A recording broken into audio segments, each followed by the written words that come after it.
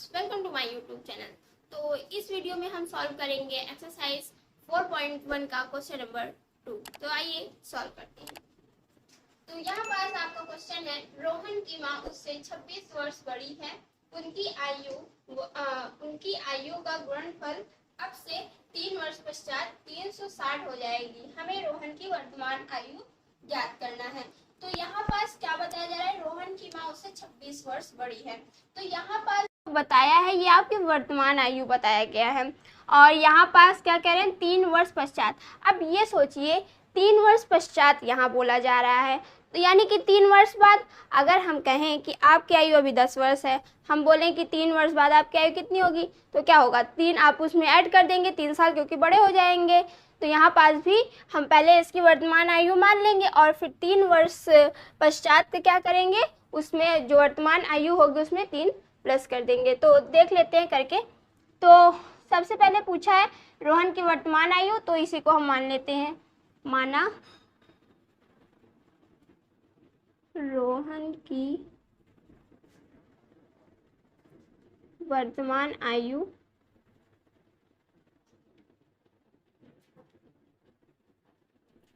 x वर्ष। अब मान लेते हैं रोहन की माँ की वर्तमान आयु, माँ की वर्तमान आयु। अब क्या कह रहे हैं कि रोहन की माँ उससे 26 वर्ष बड़ी, यानी कि जो रोहन है उससे उसकी माँ 26 वर्ष बड़ी हैं। यानी कि क्या कर देंगे, यदि रोहन x वर्ष का है तो उसमें 26 क्या कर देंगे, प्लस कर देंगे, क्योंकि वो 26 वर्ष बड़ी हैं। ये हो गया। अब क्या कह रहे हैं, 3 वर्ष पश्चात उनकी आयु का गुणनफल 360 हो जाता है। तो 3 वर्ष पश्चात का मान लेते हैं, रोहन 3 वर्ष पश्चात, 3 वर्ष पश्चात रोहन की आयु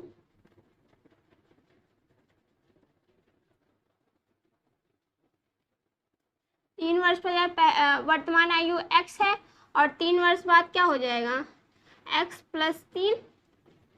अब 3 वर्ष पश्चात रोहन की माँ की आयु क्या हो जाएगी, रोहन की माँ की वर्तमान आयु ये है, 3 वर्ष बाद क्या हो जाएगी, प्लस कर देंगे, प्लस का 3 वर्ष प्लस करेंगे तो क्या आ जाएगा, x प्लस 29 वर्ष। अब प्रश्नानुसार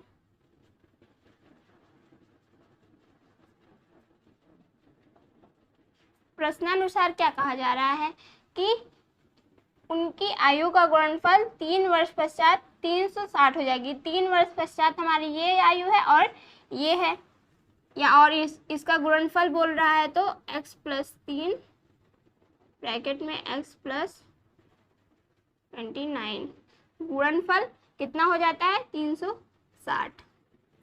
अब इसका गुणा करेंगे, क्या हो जाएगा, x into x, x square plus x into 29 29x plus, अब इसका करेंगे 3 से x करेंगे 3x प्लस 3 इंटू 29 करेंगे, क्या आ जाएगा, 3 9 27, 3 2 6, 6 2 8 87 इज इक्वल्स टू 360।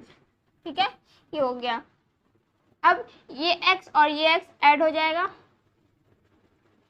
प्लस क्या हो जाएगा, प्लस करेंगे तो 29 प्लस 32x प्लस 87, ये इधर आ जाएगा, minus 360 is equal to 0। X square plus 32x और ये क्या हो जाएगा, माइनस हो जाएगा, माइनस करेंगे तो क्या आएगा, 273 माइनस का 273 इज इक्वल टू 0। ये हो गया। अब ये हमारी क्या आ गई है, द्विघात समीकरण, ये हमें मिल गया है। अब इसका गुणनखंड करेंगे तो हमें रोहन की वर्तमान आयु मिल जाएगी। इसका गुणनखंड करेंगे, कैसे करते हैं, इसको मल्टीप्लाई करेंगे, क्या आ जाएगा, 273 आएगा। फिर इसका एलसीएम लेंगे 273, इसका एलसीएम लेंगे, 2 से नहीं जाएगा क्योंकि यहाँ पास विषम संख्या है, 3 से जाएगा, 3 9 27, 3 1 3,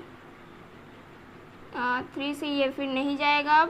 अब किस से जाएगा, 7 से जाएगा, 7 7, 7 3 21, फिर 13 से जाएगा। ठीक है, ये एलसीएम हो गया। अब हमें ऐसी संख्या लेनी है कि प्लस या माइनस करने पर 32 आए। अगर मान लीजिए हम इसको ले लें, 7 3 21 और 13, 21 प्लस 13 करेंगे तो क्या आएगा, 34 आएगा। लेकिन हमें क्या चाहिए, 32 चाहिए। तो हम क्या करेंगे, अगर हम ले लें 13 3 कितना होगा, 13 3 39 और माइनस का 7 करें तो क्या आएगा, 2, 32 आ गया। यानी कि हम क्या कर सकते हैं, 39 × 7 लेंगे तो आएगा 273 और 39 - 7 करेंगे तो आएगा 32। इसका मतलब हम 39 और 7 का पेयर यहाँ ले सकते हैं, x² plus 39 - 7 bracket x minus 273 = 0 multiply करेंगे प्लस 39x - 7x माइनस 273 = 0। अब यहाँ कॉमन लेंगे, कॉमन कैसे लेंगे, यहाँ पास x है, यहाँ भी x है, यहाँ से x कॉमन ले लिया हमने, क्या बचा, x प्लस 39 माइनस यहाँ क्या कॉमन ले सकते हैं, 7, क्या बचा, x माइनस माइनस प्लस, और यहाँ क्या बचेगा, 39। 7 से इसको भाग देंगे तो 39 बचेगा। और ये ब्रैकेट में आपकी संख्या से सेम है, इसका मतलब आप गुणनखंड सही कर रहे हैं। अब क्या करेंगे, यहाँ एक ब्रैकेट वाली संख्या x प्लस 39 और एक x माइनस 7 = 0। अब एक बार इसको 0 के इक्वल में, एक बार इसको 0 के इक्वल में, x प्लस 39 = 0 और x माइनस 7 = 0। तो x = माइनस का 39 ये हो गया, और इधर 7 उधर जाएगा, x = प्लस का 7। तो हम प्लस वाली संख्या लेते हैं, तो यहाँ पास x की वैल्यू क्या आई, 7 आई है, और हमें रोहन की वर्तमान आयु ज्ञात करनी है। तो हमने वर्तमान आयु क्या माना है, x। तो यहाँ लिख देंगे, अतः रोहन की वर्तमान आयु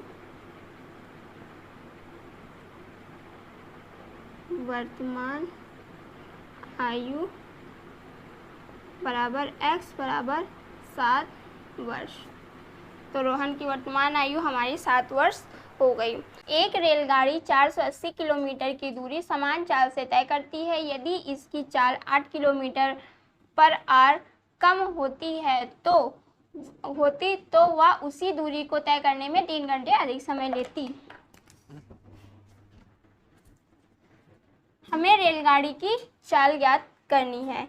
तो यहाँ पास हमें रेलगाड़ी की चाल ज्ञात करनी है। तो ऐसे क्वेश्चन में जो ज्ञात करना रहता है उसी को हम मान लेते हैं। तो क्या मानेंगे, माना रेलगाड़ी की चाल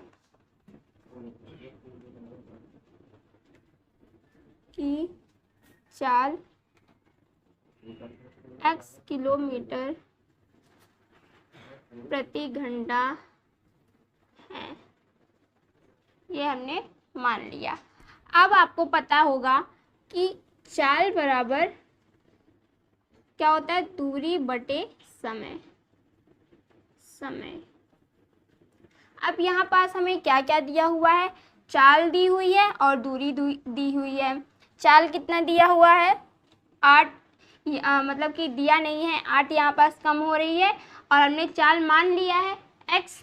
तो चाल हमारा x है और दूरी कितना है 480 किलोमीटर, और समय हमें नहीं दिया हुआ है तो हम यहाँ क्या लिख सकते हैं, या समय बराबर दूरी बटे 4। यहाँ पास कोई डाउट नहीं होना चाहिए। ठीक, ये हो गया। अब प्रश्नानुसार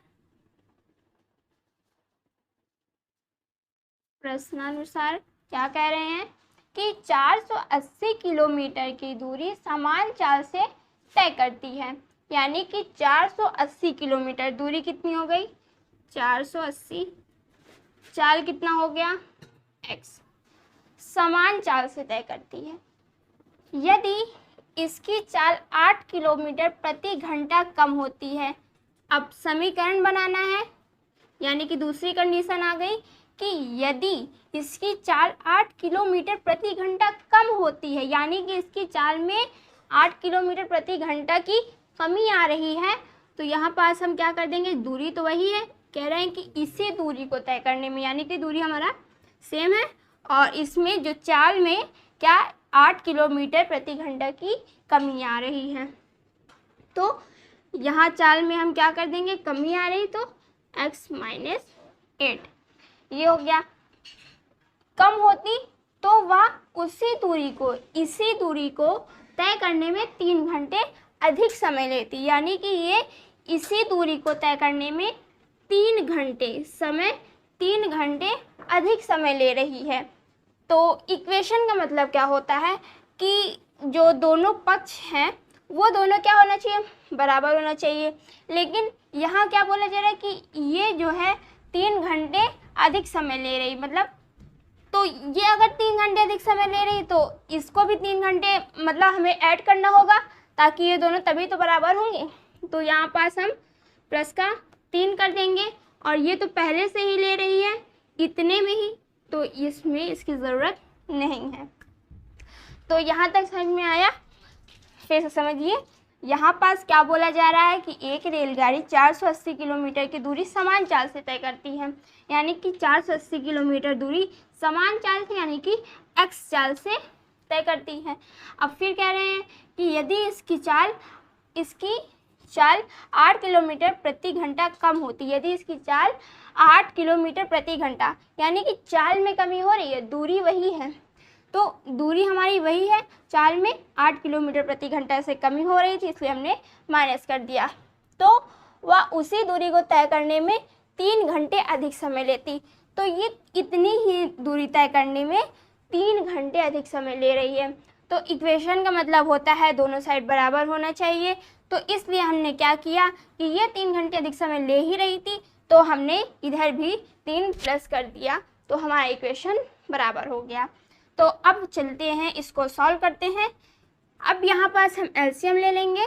एलसीएम क्या आएगा हमारा x एलसीएम आ गया, फिर यहाँ ऊपर क्या आ जाएगा 3x प्लस 480 बराबर -8, ये हो गया। अब क्रॉस मल्टीप्लाई करेंगे, तिर्यक गुणा, तो 3x प्लस 3 बराबर x इंटू 480, मल्टीप्लाई करेंगे क्या आ जाएगा 3x स्क्वायर, 3x स्क्वायर इसको करेंगे तो माइनस 3 हो जाएगा 24 x plus 480 x plus minus minus, इसको मल्टीप्लाई करेंगे क्या आ जाएगा 0 4 6 कैरी 32 38, ये इसका मल्टीप्लाई करने पे ये आया 12 में, इसका मल्टीप्लाई करेंगे क्या आ जाएगा 480x। अब इसको इधर साइड लेकर आएंगे 3x स्क्वायर माइनस, यहाँ पास ये क्या हो जाएगा माइनस हो जाएगा, तो इसको हम माइनस कर देते हैं, क्या आएगा प्लस का 456 माइनस 480 माइनस 480 बराबर 0। ये हो गया x। अच्छा, यहाँ पास अगर आपको माइनस नहीं करना है तो हम यहीं पास इसको सॉल्व कर सकते हैं।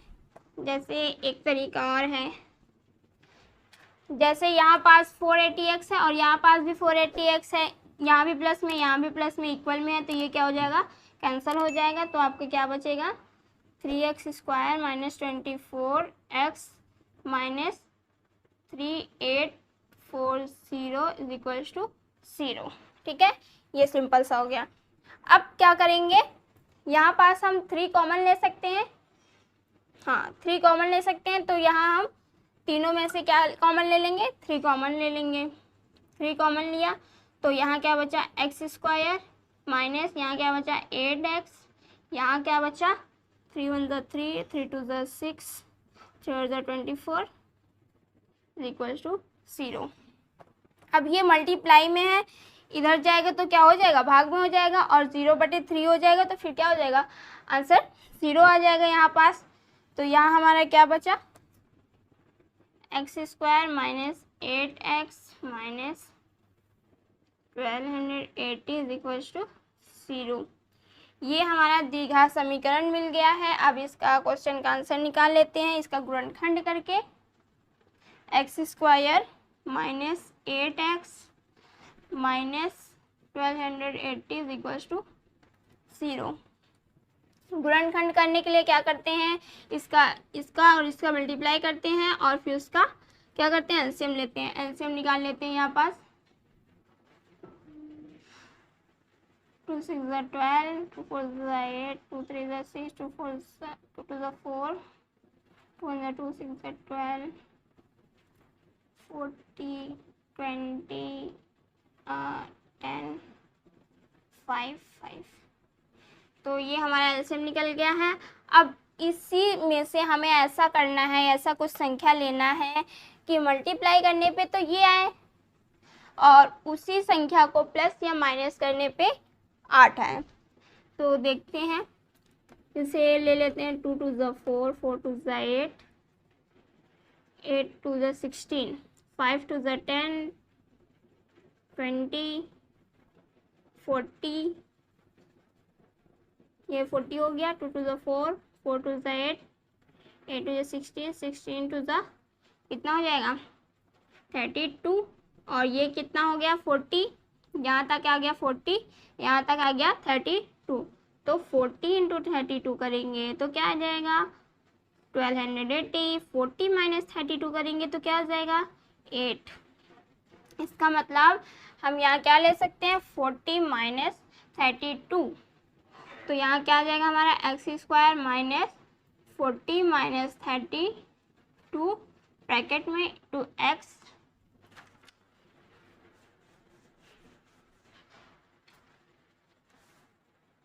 Minus 1280 is equals to 0। अब x square minus 40x minus minus plus 32x minus 1280 is equals to 0। Common क्या ले सकते हैं, यहाँ पास हम x कॉमन ले लेंगे, बचा क्या x माइनस 40 प्लस यहाँ हम क्या कॉमन ले सकते हैं 32, क्या बचा x minus 1280 is equals to 0। अब क्या करते हैं, एक ब्रैकेट वाला, ओ यहाँ मिस्टेक हो गया है, यहाँ जब हम कॉमन लेंगे और डिवाइड करेंगे तो क्या बचेगा यहाँ पास 40, तो यहाँ 40 बचा है। अब क्या ले लेते हैं, एक ब्रैकेट का x माइनस 40 और एक ले लेते हैं x plus 32 is equals to 0। अब जैसा कि एक बार इसको इसके इस 0 के इक्वल में, एक बार इसको 0 के इक्वल में, तो x minus 40 is equals to 0। तो क्या आ जाएगा x इज इक्वल्स टू 40 या x plus 32 is equals to 0, x is equals to minus का 32। तो हमारा जो पॉजिटिव प्लस की वैल्यू है उसको हम ले लेंगे। क्या है x की वैल्यू हमारी 40 और हमें क्या ज्ञात करना था, रेलगाड़ी की चाल, हमने क्या माना है x। तो यहाँ लिख देंगे अतः रेलगाड़ी की